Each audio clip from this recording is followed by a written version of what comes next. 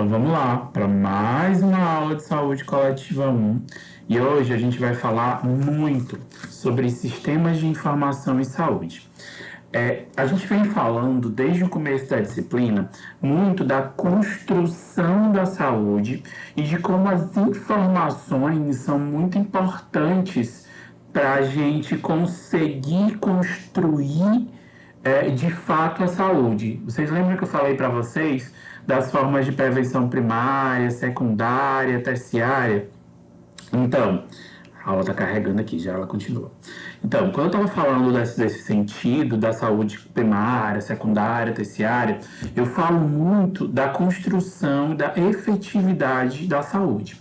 E aí, essa construção, ela só é possível devido à informação que chega a partir das pessoas, a partir do nível de saúde ou de adoecimento das pessoas. E aí, é disso que a gente vai falar hoje, de como essas informações elas são construídas, de que ponto a gente tem dados e a partir desses dados, informações, para que a gente consiga construir, de fato, uma saúde mais efetiva, coletiva e cheia de construção, de fato, para que ela seja mais efetiva ainda. Então, quando a gente fala de informação, é importante a gente restringir isso para o setor saúde, né? Então, no setor saúde, a informação ela subsidia um processo muito decisório, porque todo esse processo de decisão ele precisa ser voltado para diferentes condições de saúde, como a mortalidade e a morbidade, essa que a gente aprendeu a calcular na última aula, os fatores de risco determinados a inúmeras doenças, as condições demográficas, como as populações lidam, ou como determinada população lida com determinada doença, e como como determinada população se apresenta com pessoas mais jovens, pessoas mais velhas, como isso de fato influencia no adoecimento dessas pessoas. E aí, a partir dessas informações do setor saúde, a gente consegue gerar vários pontos de discussão. A gente vai falar um pouquinho das características dos sistemas de informação no setor saúde. A primeira é que a palavra informação já traz consigo uma ideia de organização, né? De ordenação, de uma organização de um processo para, a partir disso, gerar uma ação. Traz ideia também de conhecer, tornar público, apresentar algum dado, alguma informação, para que a gente consiga utilizar essa informação de alguma forma. Essa informação ela vai contribuir, obviamente, para o avanço das populações e da representação dos sujeitos, para que eles sejam sujeitos sociais e políticos melhores. Essa informação ela tem um potencial muito grande de trazer alterações na própria consciência do homem e da sociedade. Como assim? Quando eu digo para você, por exemplo, que os casos de Covid estão aumentando, essa informação ela só é obtida a partir de dados, seja daqueles dados que eu calculei, da incidência, ou da informação de número de casos aumentados em uma determinada cidade.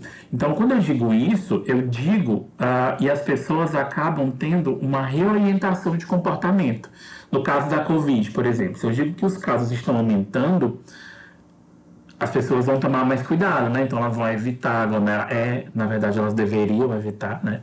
Deveriam evitar aglomeração, deveriam evitar utilizar materiais de uso coletivo, deveriam utilizar EPIs como máscara ou a luva, se necessário, enfim. Então essa mudança de comportamento vem através dessas informações em relação à saúde da população. É considerado como uma etapa primordial para a ação e essa informação ela não produz conhecimento em si. Ou seja, quando eu te digo que os números de casos estão aumentando, isso não é uma produção de conhecimento. O conhecimento ele vai ser produzido a partir dessa informação. Ou seja, a informação vinda desse dado é um agente mediador na produção de conhecimento. E aí, a partir desses dados, eu vou buscar ações e melhorias para a qualidade de vida dessas pessoas. E aí a gente precisa falar um pouquinho desses dois termos, né?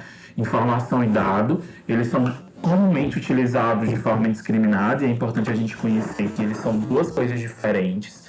A gente, inclusive, vai apresentar o conceito deles já já. E aí, da mesma forma, esse sistema de informação, ele não deve ser diretamente ligado à informatização, à informática, embora ele seja quase que totalmente utilizado através da informatização, né, dos meios tecnológicos. A gente vai ver que não é só isso, mas ele é muito utilizado através desses meios tecnológicos, a partir principalmente das bases de dados. E aí, meninos, vamos entender um pouquinho o que é dado, o que é informação. Lá na aula passada que eu apresentei para vocês, vocês conseguiram construir, responder questões, entender um pouquinho como é que calcula incidência e prevalência a partir de dados. Ou seja, dado é qualquer elemento ou informação ou qualquer valor quantitativo ou qualitativo desvinculado de um referencial explicativo que por si só não produz ou não conduz o entendimento da situação. Quando eu te jogo, por exemplo, um número 50, 80, bom, ruim, mal, isso é dado. Ou seja, eu estou te dando uma informação básica, um elemento básico que te gera um padrão, mas não te gera nenhuma informação. Mas, quando eu te digo que o número de casos de coronavírus aumentou em 80% na cidade de União, isso é uma informação, porque eu estou contextualizando e esse dado que eu disse, o 80, há pouquinho tempo atrás, a partir dele eu consegui gerar uma informação para conduzir melhor essas ações. Ou seja, a informação é o produto da análise dos dados obtidos, registrados, classificados, organizados, dentro de um contexto, aí quando eu falo que é 80% dos casos de coronavírus, enfim, isso é o contexto. E, obviamente, isso gera conhecimento e compreensão, tá ok? Então, vamos lá. Os dados, eles podem ser de fontes inúmeras. E aí, quando eu falo de dados, por exemplo, os dados da morbidade. Esses dados, ele geralmente de morbidade, de adoecimento, ele vem das notificações. O que é a notificação? Sempre que alguém adoece de uma doença compulsória, o que é uma doença compulsória? A gente até falou disso na aula de microbiologia. Doença compulsória são aquelas doenças que causam um alto impacto na comunidade. Por conta disso, elas devem ser informadas imediatamente para o Estado. E quando eu falo Estado, eu estou me referindo ao serviço, né? A Secretaria Municipal, a Secretaria Estadual, enfim, ao Ministério da Saúde, consequentemente. E aí essa notificação é um processo passivo, é de menor custo, pouco eficaz. Por quê? Por que ele é pouco eficaz? Porque ele só acontece quando a pessoa vai procurar o serviço. É óbvio que ele é eficaz, né? Porque ele está informando, gerando informação. Mas ele poderia ser mais eficaz se eu conseguisse registrar ou notificar todo mundo. E aí é isso que a busca ativa de casos faz. A busca ativa é um processo ativo porque o profissional vai atrás dos casos. E aí ele obtém informações diretamente de onde os casos são gerados. Ou seja, eu tenho mais informação. Um exemplo claro: alguém adoeceu de Hanseníase, que é uma doença de notificação. E aí a pessoa foi lá, procurou o postinho. Essa pessoa mora, sei lá, com 10 pessoas. Se a pessoa vai ao postinho, eu só notifico uma pessoa. Se eu vou buscar os casos que moram com essa pessoa, enfim, os contatos intradomiciliares, eu fiz uma busca ativa desses casos. E, consequentemente, terão mais pessoas doentes. Se terão mais pessoas doentes, eu consegui obter mais informações precisas. E aí eu posso também trazer informações de consulta dos registros hospitalares e a própria pesquisa de campo na comunidade. As informações, meninos, elas são muito importantes, os dados, né, a partir que são gerados, e aí a partir disso as informações são geradas, elas não se referem somente ao setor saúde. Elas podem ser trazidos de vários fatores que influenciam diretamente no setor saúde, como, por exemplo, as condições demográficas, a alimentação, a educação. A gente sabe o quanto a educação é importante para orientar os indivíduos. E a gente tem até um negocinho chamado de educação em saúde, que é exatamente informações sobre o setor saúde para toda a população. Transporte, condições de moradia, isso aí a gente entende efetivamente o quanto é importante. E Saneamento básico, lazer, segurança, tudo isso é muito importante para o acesso aos serviços de saúde e o acesso, na verdade, aos serviços de saúde, né? Vocês vão ver mais na frente, lá na disciplina de saúde coletiva 2, quando a gente falar de SUS, e aí a gente vai ver um pouquinho do quanto o acesso aos serviços de saúde é importante. Inclusive, existe uma demanda específica no SUS que se refere diretamente ao acesso aos serviços de saúde. Esses dados, eles podem ser de estudos epidemiológicos, e aí assim que a gente entra um pouquinho lá na pesquisa, né? Eu não vou me ater a isso, eu preciso apresentar para vocês, mas eu não vou me ater a essa informação, porque esses estudos epidemiológicos podem ser inquéritos epidemiológicos, e aí, por exemplo, quando eu estudo determinada população no Brasil ou no mundo a partir de alguma doença, e como alguns fatores vão interferir, enfim, como a depressão, os fatores sociodemográficos, coletar informações complementares já existentes, tudo isso são inquéritos epidemiológicos. E aí uma coisa muito importante, esses dados que geram essas informações, eles podem ser de dois tipos, dados primários e dados secundários. Os dados primários, eles são aqueles que são levantados diretamente da população pesquisada. Então, é quando eu vou diretamente na população e trago informações sobre ela. Por exemplo, a pesquisa de casos, pesquisa de campo, pesquisa de casos de hanseníase, quando eu vou diretamente na casa da pessoa, saber se ela está doente, avalio ela lá, ou, por exemplo, aqui um pesquisador que vai coletar sangue, tudo isso é dado primário. Eu vou diretamente na fonte. Já os dados secundários, eles são informações a partir de terceiros, ou seja, vem de prontuário, vem de ficha de notificação, vem de arquivos, registros, enfim, outros processos. É quando eu estudo, por exemplo, a incidência do sarampo através dos registros de saúde do município de União, Lagoa Alegre, enfim, alguma coisa assim, tá bom? Esses levantamentos de dados, eles podem ser contínuos, periódicos e ocasionais. Os contínuos é quando os dados vão sendo registrados à medida que ocorrem. Por exemplo, eu quero saber o número de nascimentos no Brasil. Toda hora nasce criança. Então, esses dados eles podem ser levantados infinitamente. Os casamentos, notificação obrigatória ou compulsória, enfim. Os periódicos são aqueles que eu realizo a avaliação num período específico de tempo. Por exemplo, um grande exemplo disso é o IBGE, que faz levantamento demográfico a cada 10 anos, então 2000, 2010, 2020, 2030. A cada 10 anos a gente tem informações demográficas sobre o Brasil. As ocasionais são aquelas em que eu não tenho um período específico e nem tenho preocupação na continuidade e periodicidade. Por exemplo, uma pesquisa de mestrado que eu investigo naquele momento. Por exemplo, a minha pesquisa de mestrado, eu avaliei os casos de hanseníase que evoluíram para casos mais graves nos períodos de 91 a 2001, ou seja, 2010. E aí, ou seja, eu parei, eu não vou mais investigar, então é ocasional. Eu investiguei um período no tempo e parei. E aí, como é que acontece essa transformação do dado em informação, né? Primeiro, eu preciso processar esse dado. Ou seja, eu preciso pegar esse dado, esse número, e transformar ele em algo. Eu vou calcular em incidência, prevalência, porcentagem, em 1000 casos, enfim. Depois eu vou analisar isso. Como é que essa informação pode ser analisada? E logo em seguida eu vou produzir manuais ou informações físicas ou eletrônicas, interpretando essas informações e gerando conhecimento para toda a população. É só um esqueminha básico, por exemplo, quando eu tenho informações de uma cidade específica, de uma doença em uma cidade específica. Eu tenho os dados, né, os números, depois esses dados são transformados em informações, essas informações são transformadas em conhecimento.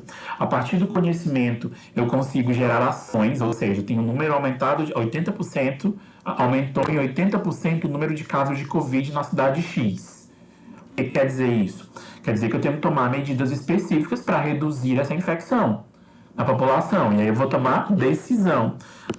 E a partir dessa decisão vem as ações, sejam elas metodológicas, financeiras, de recursos humanos, enfim. É óbvio que existem limitações, né, dos sistemas de informação.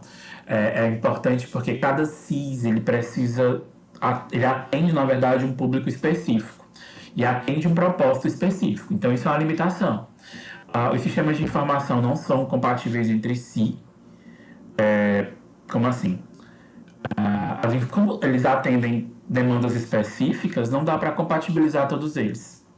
A qualidade do dado, e esse é um grande problema. Infelizmente, as pessoas elas não são treinadas, elas não sabem usar o sistema, e aí aprende, mas logo depois arruma outro emprego, ou é mudada de lugar, e aquele conhecimento fica perdido.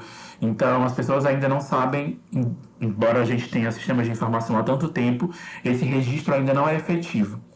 O grande número de variáveis em branco mal preenchidas e ainda vem da falta de conhecimento, né, do preenchimento dessas fichas, e o menor nível de desagregação, que é o município, que é onde essa informação deveria ser gerada com mais sucesso, e infelizmente não é. E aí o que é o sistema de informação, né? A OMS define sistemas de informação em saúde como um conjunto de componentes que atuam de forma integrada por meio de mecanismos de coleta, processamento, análise e transmissão de informação. Seu propósito é selecionar dados, transformar em informação para que a partir disso eu consiga planejar, financiar, prover e avaliar os serviços de saúde. Tudo aquilo que eu venho falando há um tempinho, né? Então vamos lá. Vamos classificar o que é sistema de informação em banco de dados. Eu já falei para vocês que as informações elas só vêm de dados. Então, esses bancos que armazenam esses dados, eles geram informação. O sistema de informação é o processo de produção da informação e sua comunicação aos atores. Quem são os atores? Os gestores, o prefeito, o secretário de saúde, enfim, o governador, o presidente, o ministro da saúde, tudo isso. Possibilitando sua análise com vistas à geração de conhecimento. E é óbvio que isso vai impactar diretamente em toda a população. E os bancos de dados são os principais componentes desse sistema, ou seja, é onde são armazenadas, agrupadas essas informações, para que aí, a partir disso, eu consiga analisá-las. Os sistemas de informação, eles têm componentes que atuam de forma integrada e articulada para obter e selecionar dados e transformá-los em informação. Isso não é nenhuma novidade, eu venho falando disso há um tempinho, né? Que eu tenho um dado, esse dado ele é efetivado, analisado, transformado em informação e a partir dessa informação eu consigo gerar ações ou medidas, enfim, desde financeiras até de recursos humanos para melhorar a situação de saúde de uma população. Quais as vantagens? E elas são inúmeras, são a ampla cobertura, todo o território brasileiro tem registros, tem bancos de dados, devem ser registrados. Um exemplo incrível disso são os sistemas de nascido vivo, né? A ficha que é preenchida no nascido vivo e o sistema de informação, a declaração de óbito, sistema de informação de mortalidade. Abrangência nacional, os dados informatizados, eu consigo ter esses acessos em todo o Brasil, grande número de informações de diversos setores e informação para cada município. Então, eu consigo estratificar, eu consigo ter por idade, por município, por sexo. Então, são informações bem claras, se obviamente elas forem preenchidas de forma correta. E os principais sistemas de informação é o SI, que é o Sistema de Informação Hospitalar do SUS, o SIM, que é o Sistema de Informação de Mortalidade, o SINASC, que é o Sistema de Informação sobre Nascido Vivo, o SINAM, que é o maior que a gente tem, um dos maiores, que é o Sistema de Informação de Agravo de Notificação, o SIAB, que é o Sistema de Informação de Atenção Básica, e o CIA, que é o Sistema de Informação Ambulatorial. A gente vai falar um pouquinho de cada um deles, tá bom? O SIM, a gente vai falar um pouquinho mais dele, mas só em resumo, ele oferece aos gestores de saúde informações de maior relevância para a definição de prioridades dos programas de prevenção e controle de doenças, a partir das declarações de óbitos, ou seja, as pessoas estão morrendo de determinada situação, então, obviamente, eu vou investir os meus recursos para diminuir o impacto dessa mortalidade na população. Fica claro isso? O SINASC é o Sistema de Informação de Nascido Vivo. E aí eu tenho informações muito importantes, como o sexo, o local onde ocorreu o nascimento, o tipo de parto. E aqui a gente tem uma coisa muito importante que é surgem daqui as informações de parto cesárea, parto com distócia, se as crianças estão nascendo com peso adequado, enfim, todas essas informações são geradas a partir daqui. E o FINAM, que é o sistema de notificação de agravos, o sistema de notificação de agravos, investiga as principais doenças que acometem a população brasileira e, a partir disso, eu vou gerar políticas públicas para diminuir o impacto dessas doenças na população. Então, quais são os indicadores utilizados no SIM? São aqueles indicadores que o SIM, Sistema de Informação de Mortalidade sobre Mortalidade, são aqueles dados que a gente apresentou na última aula, ou seja, a mortalidade geral, mortalidade infantil, neonatal, materna, por que essas pessoas estão morrendo, quais as causas, quais as idades que essas pessoas estão morrendo, enfim, todas essas informações que a gente tem e consegue estratificar a partir do sistema de informação de mortalidade. Aqui, por exemplo, a informação das percentual de óbitos com causa mal definida no Brasil, de 2003 a 2010, então a gente percebe que houve uma melhora, porque nesses espaços mais escuros é onde tem mais casos de mortes com causa não definida ou mal definida. Ou seja, a gente está melhorando essa informação, está melhorando ou está acurando as informações sobre as causas das mortes no Brasil. E, obviamente, esses dados são melhores hoje. O SIM, ele contém dados sobre as características de todos os óbitos. Ele é universal. Todo local, todo município consegue ter acesso, inclusive tem que gerar informação para o SIM. Possibilita a construção de indicadores que permitem uma aproximação da situação de saúde, permite a observação diferencial de mortalidade, e aí consegue entender por que essas pessoas estão morrendo, como, por que, enfim, essas informações são geradas a partir daqui, e permite a elaboração de estatísticas necessárias para planejamento e avaliação de saúde do município, do estado ou do governo federal. Aspectos negativos: pouca agilidade no processamento dos dados, está melhor hoje. Enfim, a internet tem gerado esse processo melhor. E a gente, infelizmente, tem subregistro e subnotificação, principalmente nas regiões rurais, porque muitas vezes a pessoa morre em casa, é enterrada no cemitério particular da família, e muitas vezes não é chegado nem a relatar isso para o serviço, seja para a Secretaria Estadual, Municipal, enfim, de saúde. Acentuado o número de óbitos por causa mal definida, a gente ainda tem uma grande alta de número de casos de óbitos sem causa definida ou mal definida, e o preenchimento inadequado da declaração de óbito, que isso acaba gerando problemas no futuro. Sobre o SINASC, que é o Sistema Nacional de Nascido Vivo, a gente tem a possibilidade de conhecer o perfil desses nascidos vivos, né, identificando aspectos como tipo de parto, peso, sexo, se nasceu no tempo adequado, oferece subsídios para o desenvolvimento de ações para melhorar o atendimento às gestantes e ao recém-nascido, e calcula os indicadores, como o número de nascidos vivos, a cobertura vacinal, já que toda criança já sai da maternidade, das maternidades públicas, com a vacina de hepatite B e a vacina de ABCG.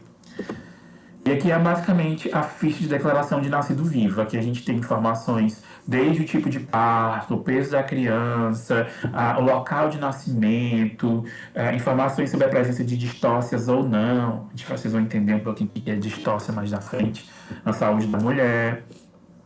E os aspectos positivos do SINASC é que tem cobertura universal, contém informações, já falei disso, né, dos nascidos da mãe, possibilita a construção de importantes indicadores, permite a observação dos recém-nascidos com risco de vida e serve de base para o planejamento e adoção específicas de ações voltadas para a mãe e para a criança.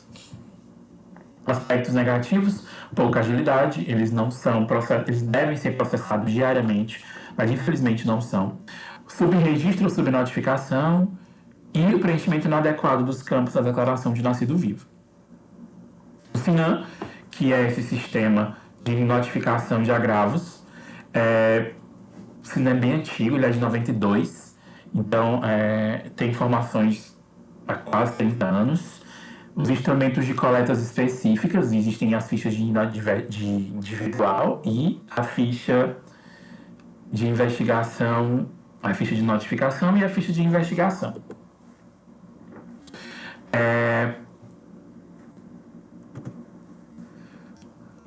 A partir do SINAM que a gente consegue fazer cálculo de incidência, prevalência, letalidade das doenças, porque é nele que estão registradas todas essas informações.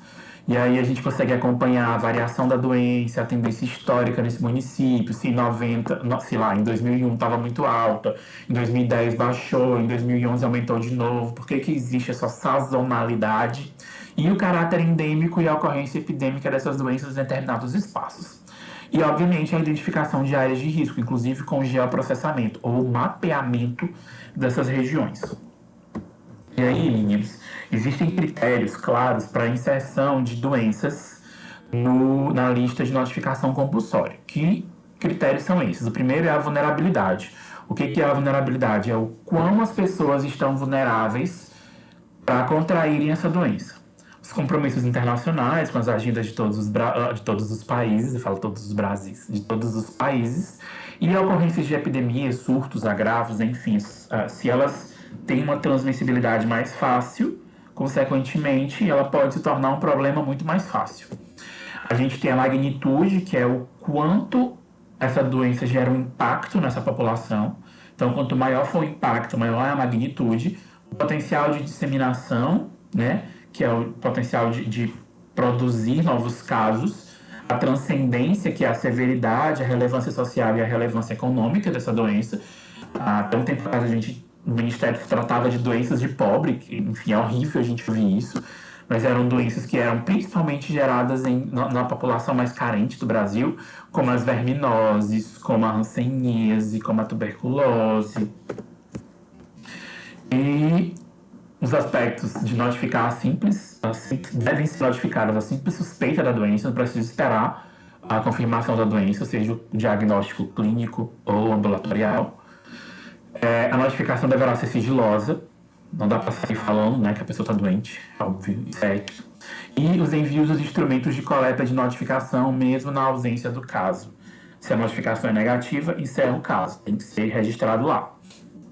O sistema de informação hospitalar tem uma origem lá na década de 70, então foi desenvolvido para organizar o processo de remuneração das internações hospitalares financiadas pelo SUS, porque antes do SUS ser criado, né, a gente tinha muitos hospitais, a gente ainda tem hoje em dia muitos hospitais particulares que atendem, entre aspas, pelo SUS. E aí, antes disso, a gente tinha a necessidade de pagar os médicos que atendiam esses usuários, antes do SUS. Vocês vão ver como é que aconteceu essa construção histórica do SUS mais à frente. E aí possui uma grande base de dados abrangendo o setor, o tipo de serviço, quanto cada serviço custa, para que, enfim, ele consiga ser pago, seja na rede privada ou na filantrópica.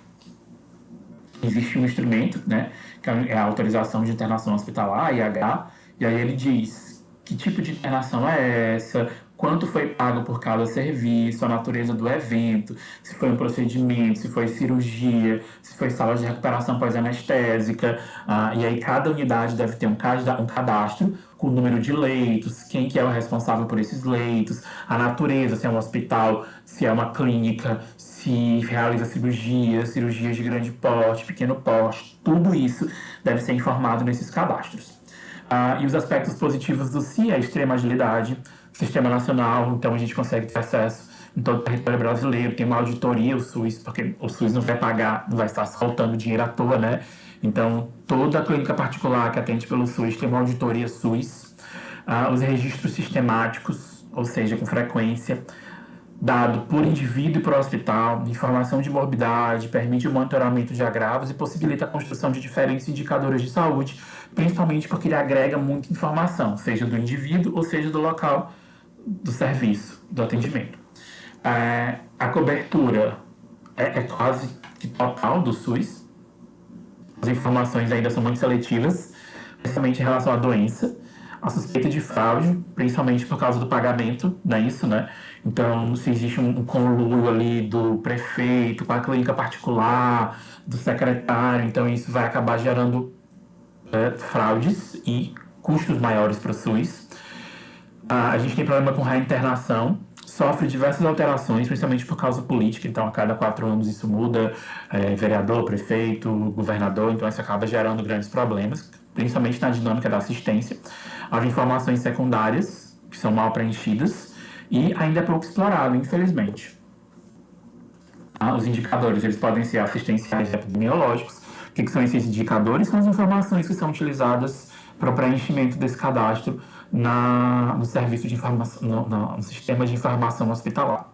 Então, a gente tem perfil da rede, oferta de número de leito, meio diagnóstico, evolução do paciente, quanto tempo ele ficou lá, se a gente consegue perceber se o tratamento foi eficaz pelo tempo que esse paciente ficou internado, quanto foi pago para cada internação, a frequência dos epidemiológicos, né, o número de casos absolutos e relativos, coeficiência de internação e mortalidade hospitalar, se aquele hospital morre muita gente, obviamente não compensa investir naquela unidade. E as informações de coeficientes específicos, como causa da internação, sexo e faixa etária. E aí, informações ainda úteis sobre a utilização do sistema de informação hospitalar. A gente tem muitas informações claras sobre as causas de internação, diagnóstico, procedimento.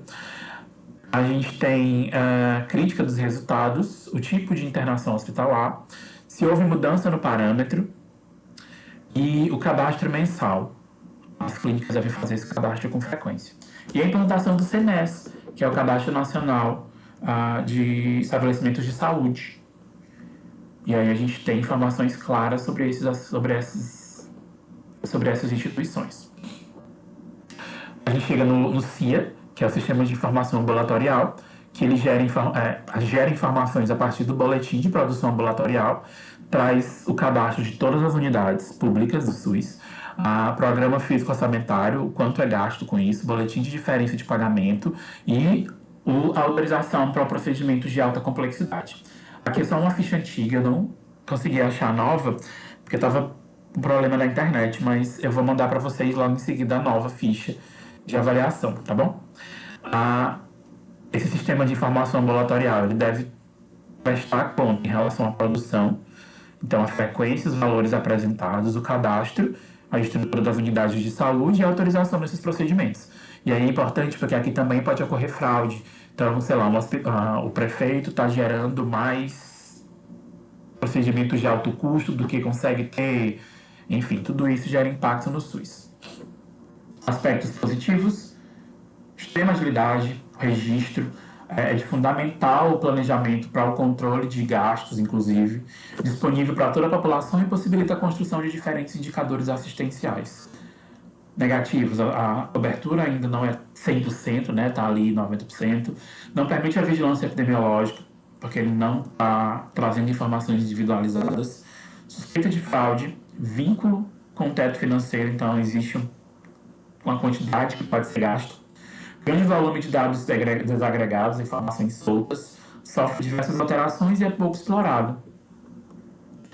E aí os indicadores assistenciais, como perfil ambulatorial, oferta de serviço diagnóstico, são todos esses indicadores, eles são importantes para gerar informações ambulatoriais para o serviço, para o governo, inclusive liberar concurso, para liberar a construção de novos hospitais. Tudo isso aqui é gerado a partir do CIA. E o CIAB, que é o Sistema de Informação da Atenção Básica, que é gerado a partir, obviamente, da Estratégia de Saúde da Família e dos agentes comunitários de saúde, a partir do cadastro das famílias, os grupos de risco, como diabético, hipertenso, adolescentes grávidas, enfim, e as atividades realizadas com frequência. A gente vai entender um pouquinho melhor do CIA e do programa de imunização na Saúde Coletiva 2. Mas é importante falar que o programa de imunização é um dos mais efetivos do Brasil. Infelizmente, a gente tem caído um pouquinho por culpa das pessoas que são anti-vacina. E aí a gente tem, inclusive, surgido com um número maior de doenças que antes eram erradicadas. E o Programa Nacional de Imunização, o PNI, ele contribui para o controle, eliminação e erradicação de doenças transmissíveis e garante a qualidade dos dados e a velocidade do fluxo de informação, melhorando o controle das unidades de vacinação. E é isso, meninos. Ficamos por aqui. Qualquer dúvida, é só procurar.